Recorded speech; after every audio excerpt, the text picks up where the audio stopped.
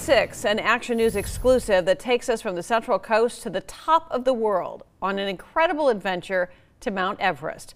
Tonight we introduce you to John Stenderup of Monterey, who just 2 weeks ago not only conquered the world's highest peak, but also achieved a rare mountaineering double play.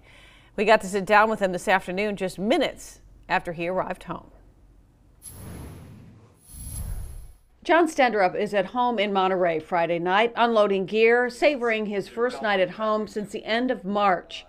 Less than 2 weeks ago, this was John, wearing the red gear, perched 29,000 feet above sea level on the peak of Mount Everest. You spend 45 days on the mountain acclimatizing and moving up, and you spend 5 minutes on the top. It sounds insane, and it probably is to most people. But conquering Everest wasn't just pure exhilaration.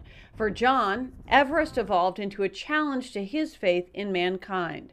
John's push for the summit began the night of May 21st, but just a couple of hours into it, Jeff came upon something truly horrifying.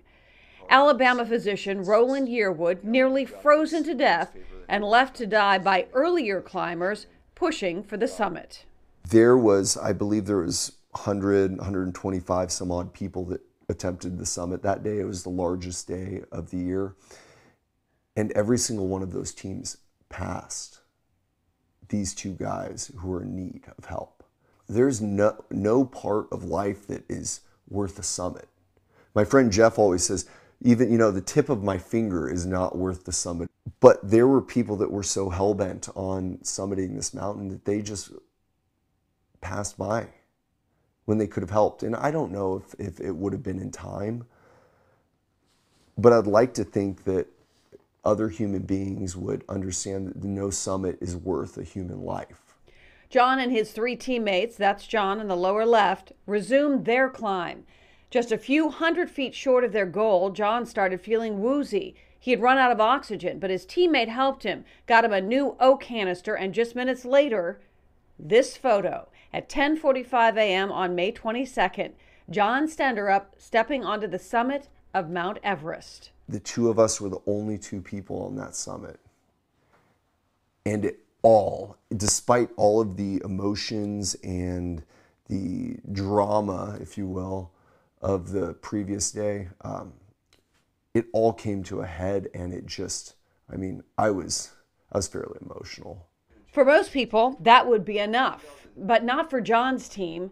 Rather than descend to the safety of base camp, they went down to Everest Camp 3, where they began a traverse to the south and up Everest's rugged but little-known neighbor, Earth's 4th highest peak, Lhotse.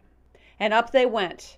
And we're moving through 27,000 feet, 27,500 feet, and we're moving into the last, 500 feet of the climb. And these winds come down the gully at 50, 60 miles per hour and begin knocking us to the ground. And those aren't conditions that you normally climb in. Up an 80-degree wall of ice and facing brutal winds, but less than 48 hours after summiting Everest, Stenderup stood 27,940 feet above sea level on Lhotse's tiny summit. Best 15 minutes of my entire life. Just amazing.